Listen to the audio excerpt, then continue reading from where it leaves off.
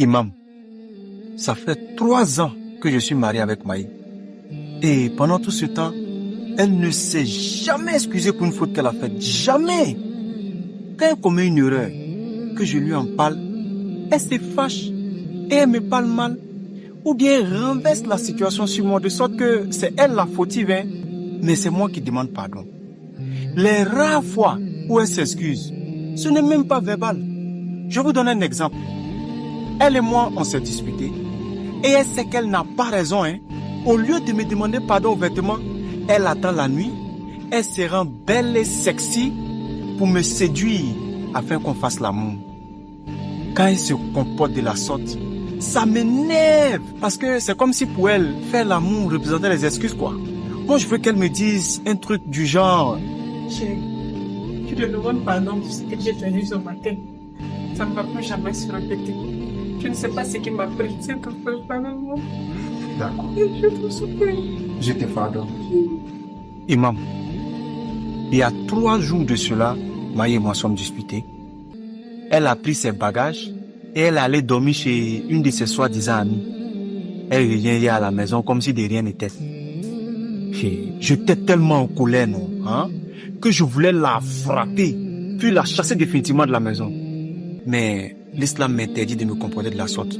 Voilà pourquoi, avant de prendre une décision sous les émotions fortes, j'ai préféré venir avec elle chez vous, afin que vous nous aidiez. Maï, tu as quelque chose à dire? Imam, depuis notre mariage, je sens que mon mari attend de moi que je sois une femme parfaite.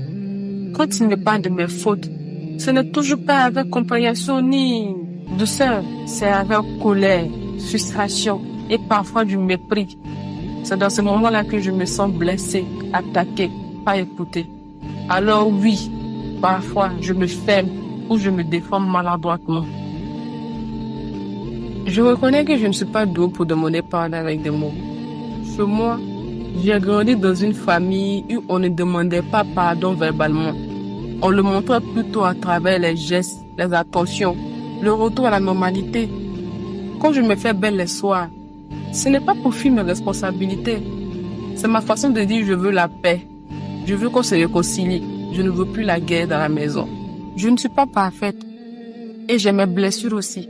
Ce que je cherche, ce n'est pas un homme qui attend que je m'agenouille pour demander pardon pour chacune de mes erreurs, mais un homme qui m'aide à devenir la meilleure version de moi-même et qui me corrige avec amour, avec attention et qui reconnaît aussi ses propres torts, car parfois, il ne le reconnaît pas, mais me blesse et ne s'excuse jamais. Lukman, Maï, je vous remercie tous les deux d'être venus ici. Ce que vous vivez, beaucoup de couples le traversent également. Et je vois dans vos paroles, malgré la colère, un désir profond de vous comprendre et de rester ensemble. C'est déjà un bon signe. Lukman, ton besoin d'entendre des excuses claires, verbales, est légitime. Tu veux être reconnu dans ta douleur. Tu veux sentir que ton épouse comprend l'impact de ses paroles ou de ses gestes. Et toi, Maï, tu veux qu'on te parle avec douceur, qu'on respecte ta façon à toi d'exprimer les choses, même si ce n'est pas tout le temps avec des mots. Vous avez tous les deux raison, mais vous parlez 2 langues différentes. Dans la sourate 30, verset 21, Allah dit, « Et parmi ces signes, il a créé de vous pour vous des épouses, pour que vous trouviez auprès d'elles la tranquillité. Et il a mis entre vous de l'affection et de la miséricorde. Il y a en cela des preuves pour des gens qui réfléchissent. » Maï, si ton mari souffre, ne minimise pas sa douleur.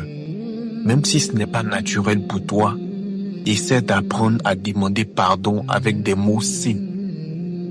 Essaie d'apprendre à demander pardon avec des mots simples. Tu n'as pas besoin de t'agenouiller, mais un pardon sincère vaut mieux que 1000 gestes. Lukman, de ton côté, il faut que tu reconnaisses aussi les efforts silencieux de ta femme. Tu ne peux pas rejeter tout ce qu'elle fait juste parce que ce n'est pas exactement ce que toi tu veux. Le prophète sallallahu alayhi wa sallam a dit dans un hadith rapporté par Muslim qu'un croyant ne déteste pas une croyante. Si un trait de son caractère lui déplaît, un autre lui plaira. Dans un couple, on ne gagne pas en dominant l'autre, en le faisant plier. On gagne quand on se rapproche, quand chacun fait un pas. Celui qui refuse de s'excuser préfère perdre une relation plutôt que son ego, son orgueil. L'orgueil ferme la bouche qui devrait demander pardon et durcit le cœur qui devrait écouter. Dans un couple, l'orgueil dit « je suis blessé », mais l'amour dit « je veux réparer ». Deux orgueilleux sous un même toit, c'est comme deux pierres qui s'entrechoquent. Tôt ou tard, il y aura des éclats. L'orgueil te fait penser que tu as raison, même quand tu as tort ou que tu es en train de faire du tort. Le diable a été maudit à cause de son orgueil. Alors méfiez-vous de cette graine qui détruit les foyers. Le prophète sallallahu alayhi wa sallam a dit dans un hadith rapporté par Muslim, celui qui a dans son cœur ne serait-ce qu'un grain d'orgueil n'entrera pas au paradis. C'est compris, mon. Je n'ai pas encore fini. Je vous invite à rentrer chez vous ce soir, sans querelle. Et je veux que chacun écrive sur une feuille ce qu'il attend de l'autre pour se sentir aimé et respecté. Puis, vous vous asseyez calmement, vous lisez ce que chacun a écrit et vous faites un effort pour corriger cela. C'est compris? C'est compris, maman. C'est compris, mon. Alhamdulillah.